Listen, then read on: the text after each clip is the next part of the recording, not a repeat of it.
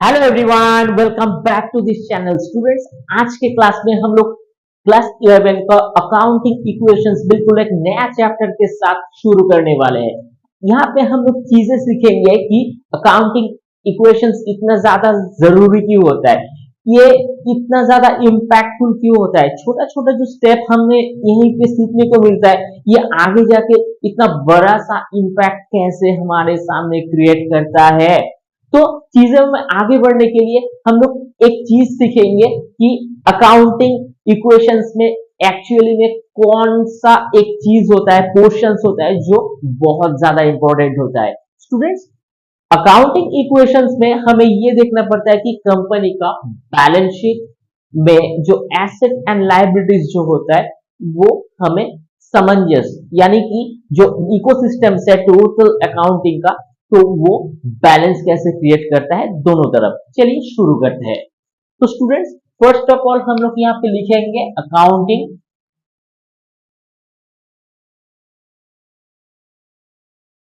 Equations.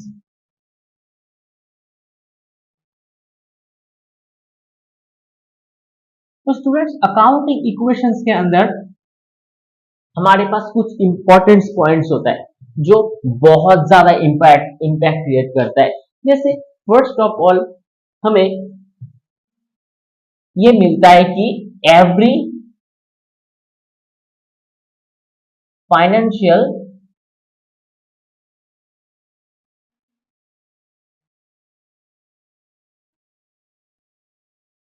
Transactions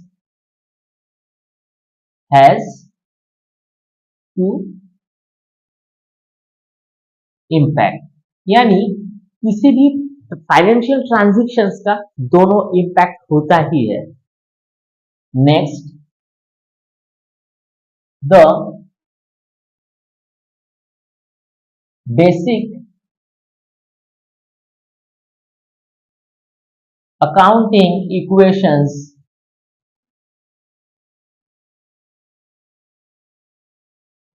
is asset equal to liabilities plus capital। Students, यहाँ पे the basic accounting equations के अंदर हमें एक फॉर्मूला मिलता है जो इस हिसाब से फॉलो होता है आगे। तो assets equal to liabilities plus capital, आपके पास कैपिटल और लायबिलिटीज कितना है उसके हिसाब से आपका जो एसेट है उसका पैरामीट्रिक आंकलन किया जाएगा। ठीक है। Number 3, all the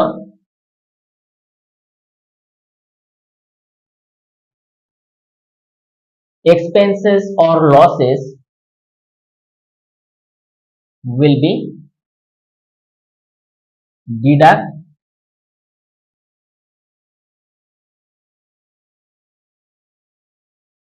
deducted from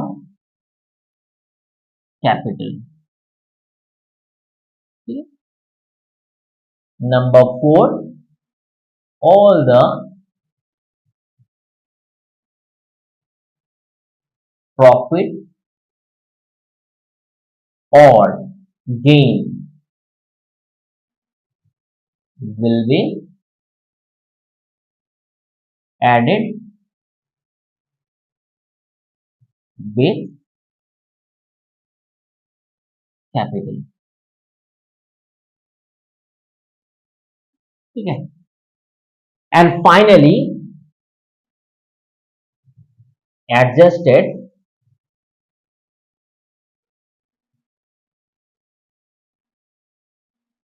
of financial equations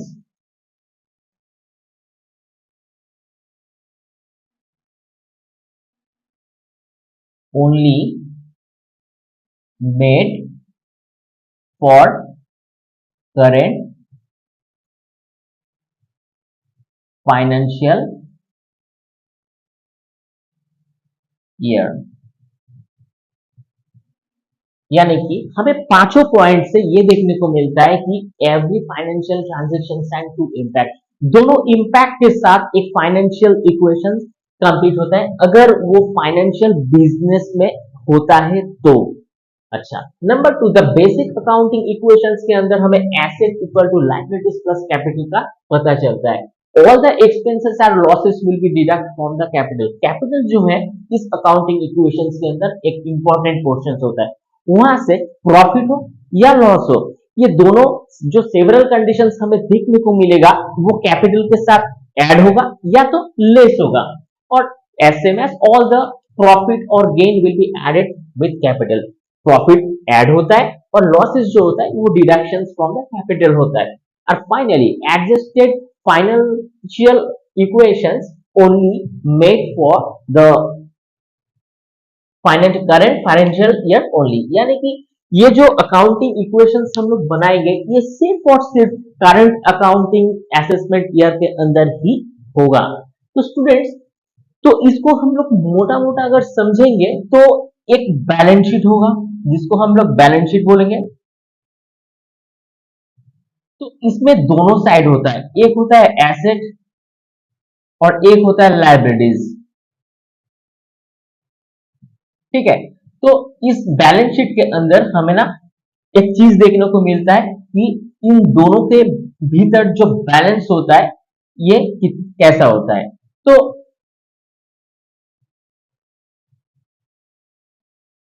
तो किसी भी एक कंपनी को अगर हम लोग देखेंगे कि ये कंपनी अच्छा है कि नहीं, तो पहले तो हमें बैलेंस शीट देखना पड़ेगा।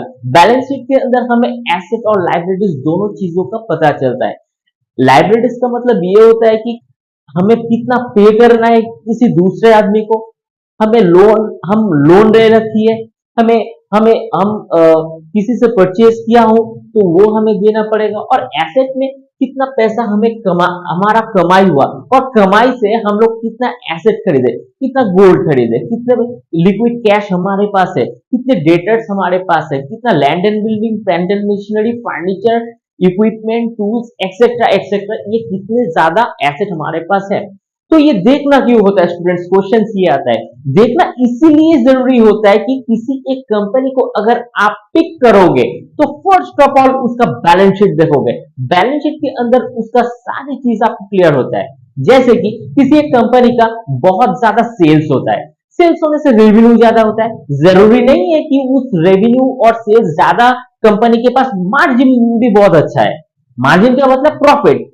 किसी कंपनी को हम लोग ऐसे भी देख सकते हैं कि वहां पे एंट्री बैरियर कम होने से उसमें मार्जिन बहुत ही ज्यादा होता है, कि सिमिलरिटीज एज सेलिंग, तो सेलिंग से उसका प्रॉफिट बहुत ज्यादा होता है। तो ये भी हमें देखने को मिलता है। तो कंपनी के पास सेल होना बहुत ज्यादा जरूरी नहीं होता है, कंपनी के पास मार्जिन भी होना। क्यों? लास्ट में हम लोग एक क्वेश्चन कंपनी से पूछते हैं, भैया आप इतने सालों से बहुत ज्यादा बिजनेस करी हो, आपको एक्सपीरियंस है, तो आप कितना कमाए हो, आपने एसेट कितना बनाए हो, आपके पास संपत्ति कितना है।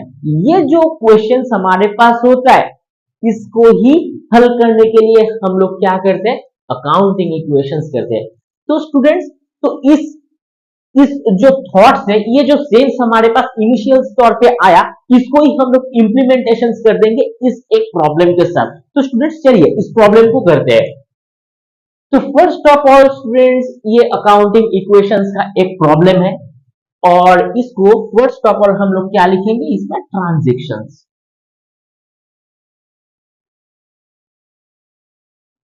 तो स्टूडेंट्स ट्रांजेक्शंस, ये हमारे पास हो गया एसेट, ये हो गया हमारे पास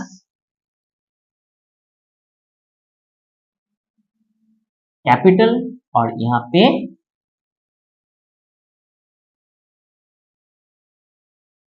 लायबिलिटीज।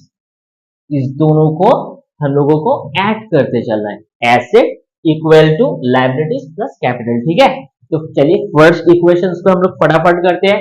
तो स्टार्टेड बिजनेस विथ कैश, यानी कि ये जो मिस्टर सो एंड सो है, मान लेते हैं कि ये मिस्टर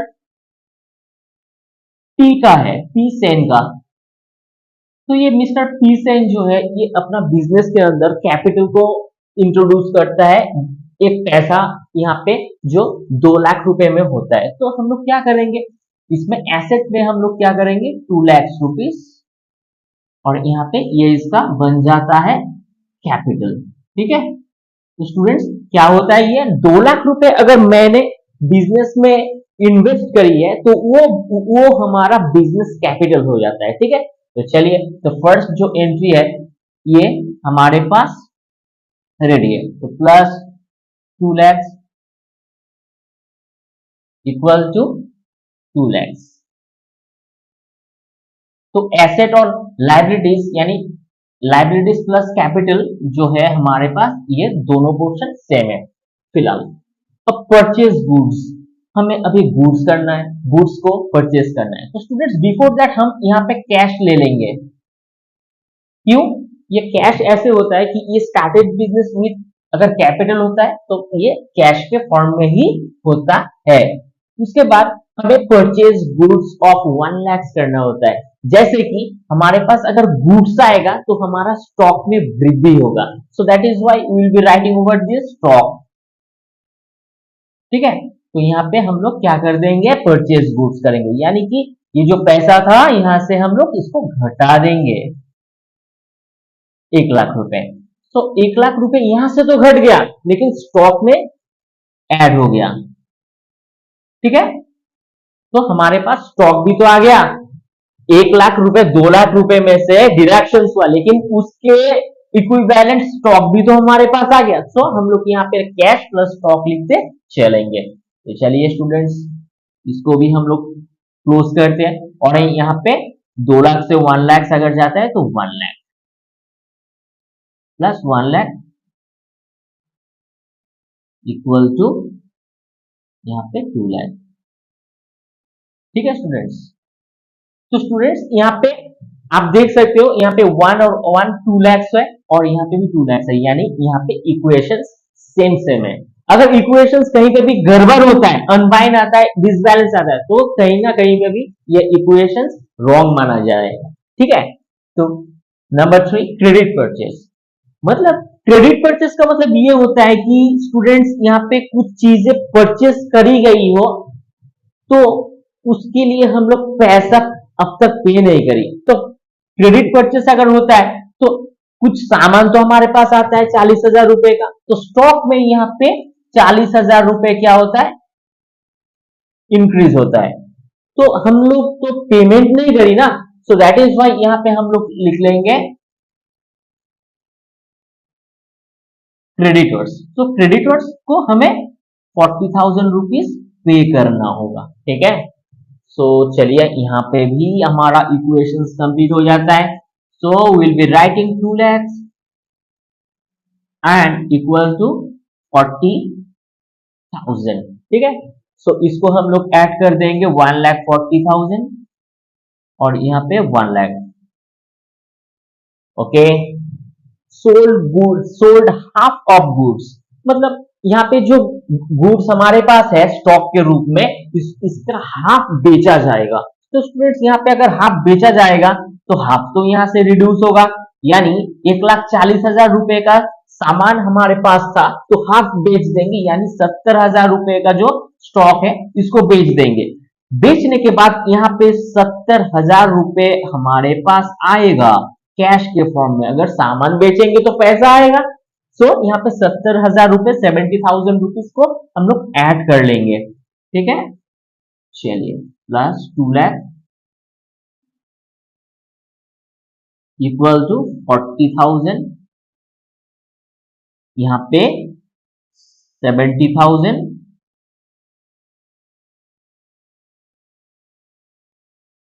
प्लस 1,70,000। तो स्टूडेंट्स इस दोनों को अभी हम लोग ऐड करेंगे, देखेंगे कि इस दोनों साइड का जो सिमिलरिटीज ये सेम है या नहीं। यहाँ पे 2,40,000 और यहाँ पे भी ऐड कीजिए 2,40,000 हो जाता है। ठीक है, तो नेक्स्ट पॉइंट जो है हमारा क्रेडिट सेल। क्रेडिट सेल के अंदर हम लोग बेचेंगे लेकिन उधारी पे बेचेंगे, हमारे पास पैसे नहीं आएगा, स्टॉक तो चला जाएगा। तो चलिए स्टॉक को खाली कर दें, -20,000 का सामान हम लोग बेच लेते हैं, लेकिन हमारे पास ये डेटर्स हो जाता है। डेटर्स का मतलब ये होता है स्टूडेंट्स कि हम लोग कुछ सामान बेचे हैं किसी को, या सर्विस बेचे हैं, वो पैसा वहां से रिसीव करनी बाकी है, तो उस हिसाब से हमारे दृष्टिकोण से उस व्यक्ति को हम लोग डेटर्स बोलेंगे। ठीक है, तो चलिए यहाँ पे हमें डेटर्स में भी यहाँ पे ऐड करना है 20,000 का सामान, तो इसको भी हम लोग बैलेंस कर देंगे। सो 2 लाख इक्वल टू 40,000। ठीक है, 40,000 का सामान और यहाँ पे 40,000 का क्रेडिटर्स, यहाँ पे 20,000 का डेटर्स और यहाँ पे 50,000 हमारे पास खाली स्टॉक बचता है, क्योंकि 70,000 रुपए का स्टॉक था, हम 20,000 रुपीज का और एक सेल करते हैं जहां पे हमें क्रेडिट सेल करना होता है, और 170,000 यहाँ पे हमारा जो कैश बैलेंस है। तो स्टूडेंट्स आप जोड़ सकते हो, इसको जोड़ने से क्या होता है, तो यहाँ पे भी 240 एंड 240 आता है दोनों साइड में, यानी कि इस अब तक तो हमारे पास इक्वेशंस बिल्कुल सही है। ठीक है, अच्छा, पेड क्रेडिटर्स, उसके बाद पॉइंट नंबर 6। पेड क्रेडिटर्स का मतलब ये होता है कि हमारे पास हम लोग जो सामान खरीदी दूसरे दुकान से या कुछ संस्था से, उसको तो पैसा लौटाना पड़ेगा ना, सो दैट इज वाई हमें 20,000 रुपीज को लौटाना पड़ेगा। ठीक है, तो अगर लौटाना पड़ता है तो कैश से हमें लौटाना पड़ेगा, यानी deductions from the cash balance 20,000, और एक और यहाँ पे जो क्रेडिटर्स था, यहां से भी 20,000 का एक डिडक्शन जरूर हमें देखने को मिलेगा। सो 2 लाख और यहाँ पे इक्वल टू 20,000 और बाकी यहाँ पे 20,000 प्लस 50,000, और यहां से अगर हम लोग देखेंगे 1,70,000 माइनस 20,000 इज 1,50,000। अब जोड़ के देख सकते हो, यहाँ पे 2,20,000 यानी कि 220, और यहाँ पे भी 2,20,000 रुपए हमें देखने को मिलता है। चलिए पॉइंट नंबर 7, रेंट पेड। हमें रेंट को पे करना है, यानी किसी गोदाम को हम भाड़ा लेके रखे हैं तो उसको तो पेमेंट करना पड़ेगा, रेंट देना पड़ेगा। सो यहाँ पे 50,000 का हम लोग रेंट को पे करते चलेंगे। ये 50,000 दोनों तरफ से हमें सब्ट्रैक्ट करना पड़ेगा, एक कैपिटल से और दूसरा कैश से। ठीक है, सो हमारा जो ये रूल्स था, ये भी यहीं पे ये भी हमें ये देखने को मिलता है, all the expenses and losses will be deducted from the capital. तो कैपिटल से हमें ये जो हमारे पास कैश था वही तो कैपिटल था, तो उससे हम लोग क्या कर देंगे, डिडक्शन कर देंगे। तो इसका जो 1,50,000 माइनस 50,000 यहाँ पे 1 लाख होता है। यहाँ पे 50,000 हम लोग एज यूजुअल लिखेंगे और 20,000 को भी लिखते चलेंगे, इक्वल टू 20,000, और यहाँ पे 150,000। ठीक है, तो स्टूडेंट फाइनल जो पॉइंट्स है हमारे पास, कमीशन बेसिस, किसी एक जन को हम लोग बिजनेस दिया था, तो दैट इज वाई उन्होंने हमें कमीशन के रूप में 20,000 रुपए दी। तो अगर कमीशन रिसीव होता है तो ये हमारा कैश और कैपिटल के अंदर क्या होगा, इंट्रोड्यूस होगा, ऐड हो जाएगा। सो हम लोग इसको ऐड करते चलेंगे। तो स्टूडेंट्स चलिए इसको भी हम लोग ऐड करेंगे। सो 120,000 प्लस 50,000 प्लस 20,000 इक्वल टू 20,000, और यहाँ पे 170,000। तो स्टूडेंट्स फाइनली इस अकाउंट को हम लोग पूरा कंप्लीट करिए। अब देखना ये होगा कि दोनों साइड एसेट और लायबिलिटीज यानी कैपिटल के साथ जो एडिशन होता है वो दोनों तरफ में सेम है कि नहीं।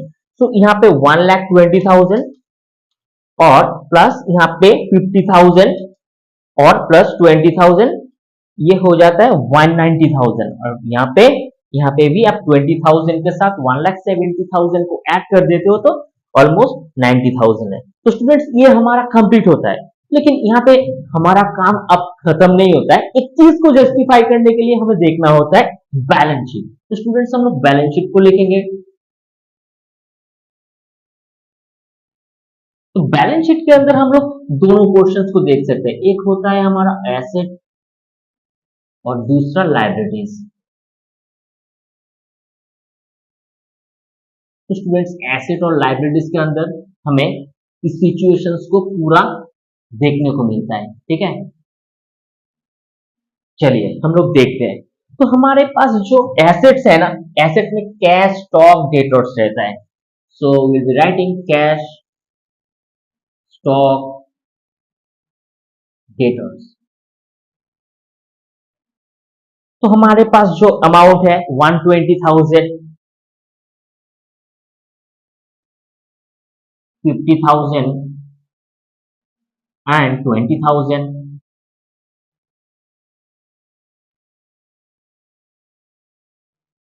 190,000 और लाइबिलिटीज के अंदर क्रेडिटर्स एंड कैपिटल।